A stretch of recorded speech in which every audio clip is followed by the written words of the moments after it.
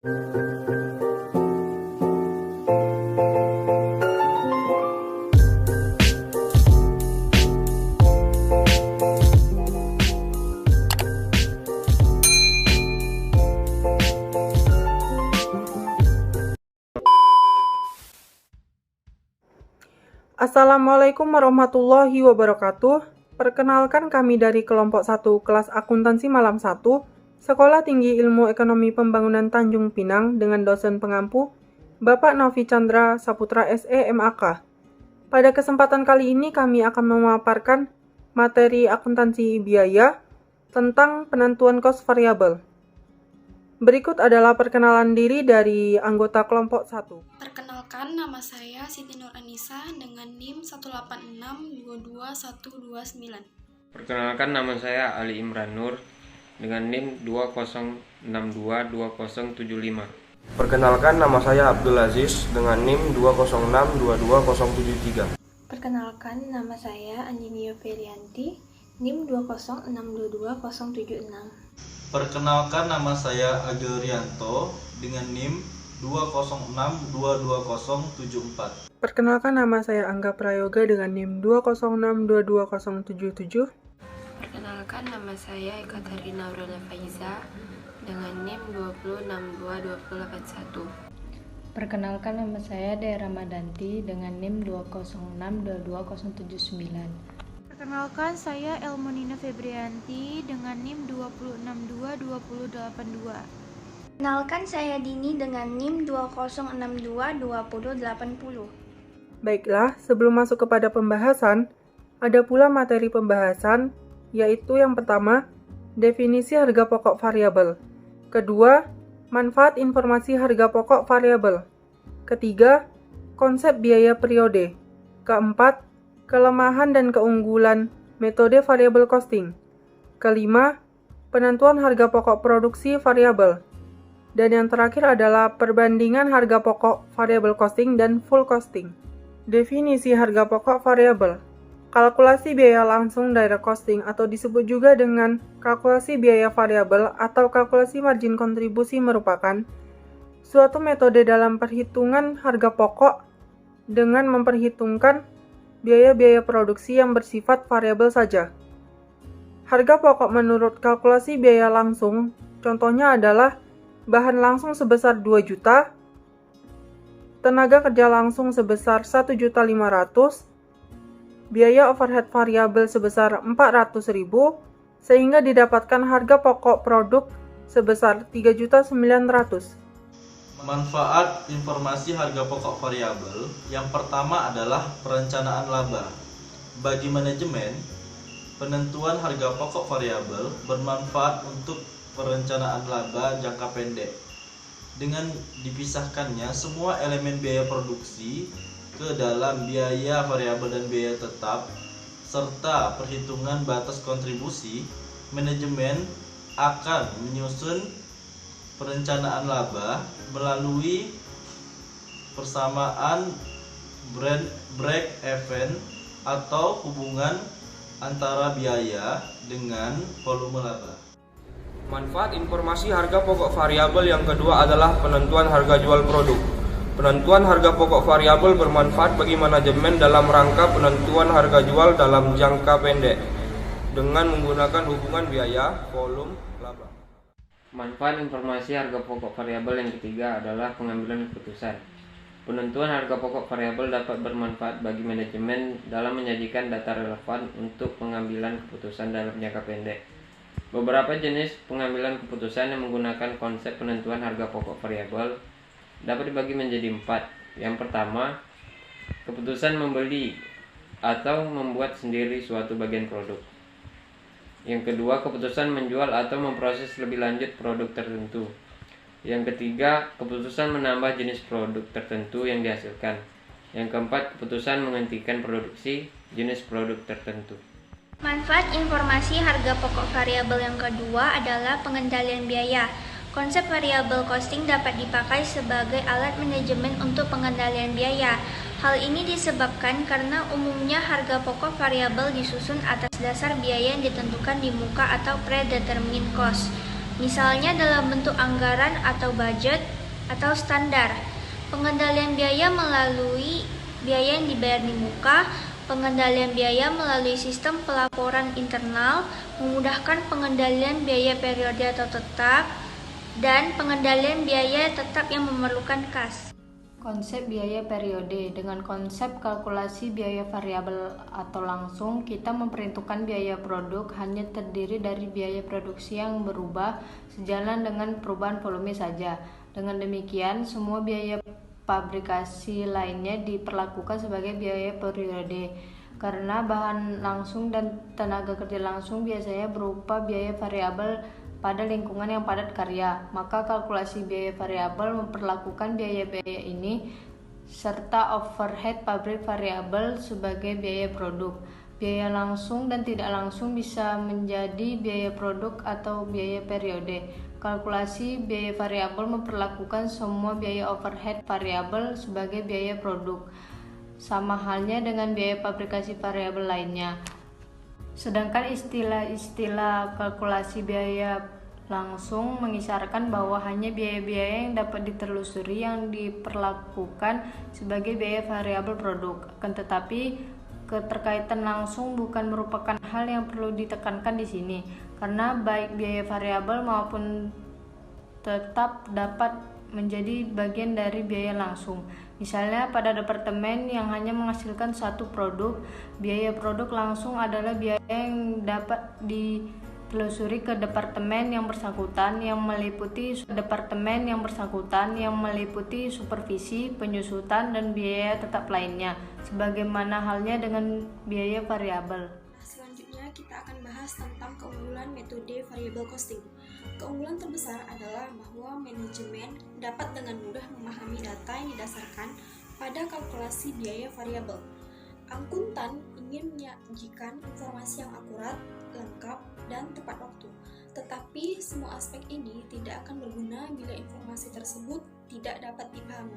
Untuk memperoleh laba dalam kurun waktu yang singkat, bisa digunakan untuk mengendalikan biaya. Karena variable costing akan membagi biaya tetap menjadi dua bagian, yaitu discretionary fixed cost dan committed fixed cost. Jika manajer menganggap bahwa laporan perusahaan terlalu rumit, mereka tidak akan begitu mempercayai angka-angka yang disajikan dan tidak menyadari pentingnya hal tersebut.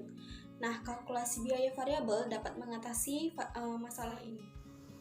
Nah, meskipun variable costing memiliki kebaikan bagi manajemen, akan tetapi penggunaan variable costing juga memiliki kelemahan.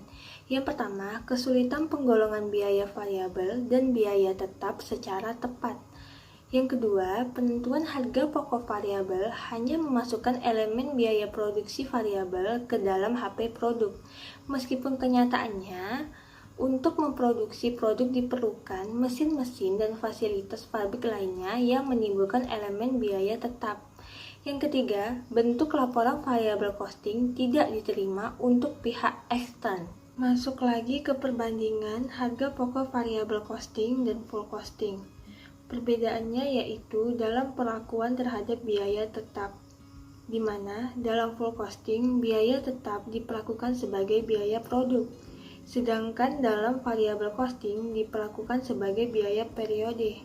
Nah, sebagai konsekuensinya akan terdapat perbedaan dalam pelaporan jumlah laba periode yang dilaporkan dalam laporan keuangan. Perbedaan jumlah laba. Yang pertama, jika produksi lebih besar daripada penjualan, maka akibat terhadap jumlah unit persediaan semakin bertambah. Sedangkan akibat terhadap biaya periode, biaya tetap menurut full cost lebih besar daripada biaya tetap menurut variable cost. Akibat terhadap laba, full cost lebih besar daripada variable cost.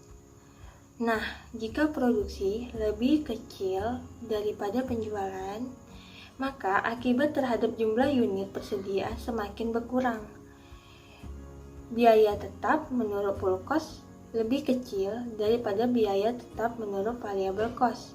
Sedangkan akibat terhadap laba, full cost lebih kecil daripada variable cost. Nah, jika produksi sama dengan penjualan, maka akibat terhadap jumlah unit persediaan tidak berubah. Akibat terhadap biaya periode, biaya menurut full cost sama dengan biaya tetap menurut variable cost.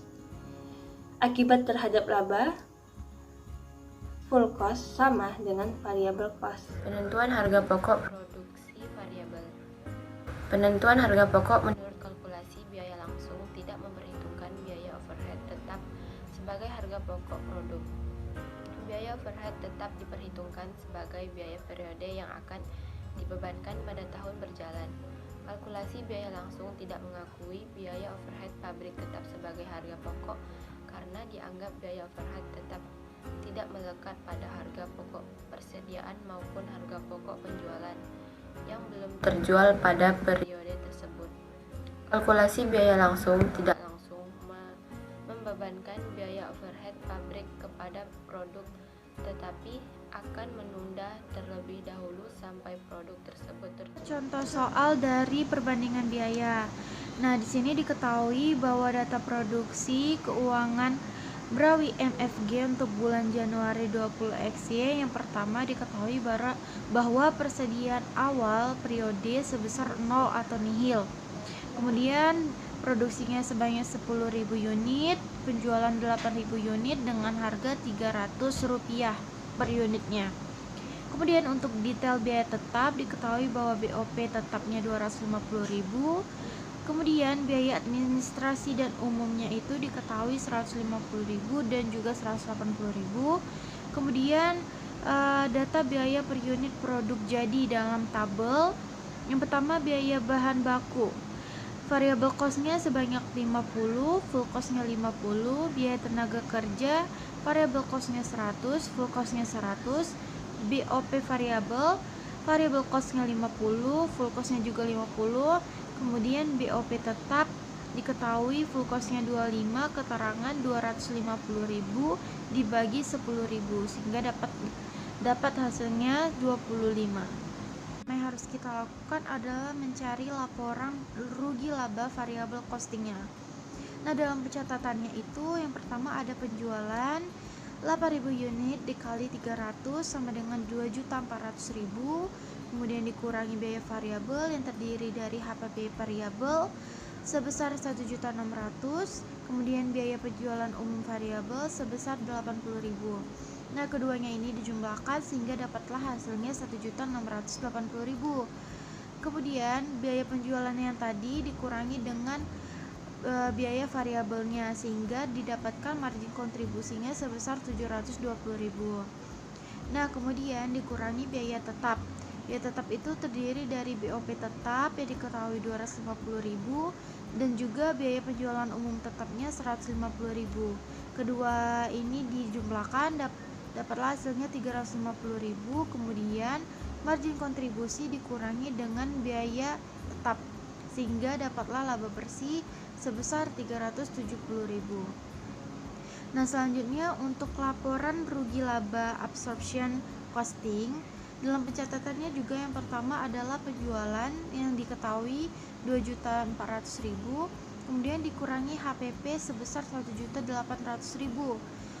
Ya, kedua ini dikurangi sehingga didapatlah hasil laba kotor 600.000. Kemudian dikurangi juga dengan biaya administrasi dan umum sebesar 180.000 sehingga didapat laba bersihnya sebesar 420.000. Nah, yang terakhir kita mencari rekonsiliasi laba kedua metode.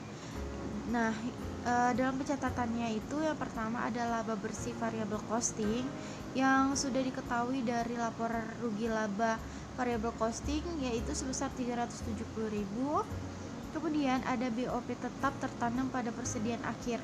Diketahui bahwa BOP tetap tertanam pada persediaan akhir itu 2.000 unit dikali dengan jumlah 25 sehingga didapatlah 50.000. Maka dapatlah laba bersih absorption costingnya sebesar 420.000.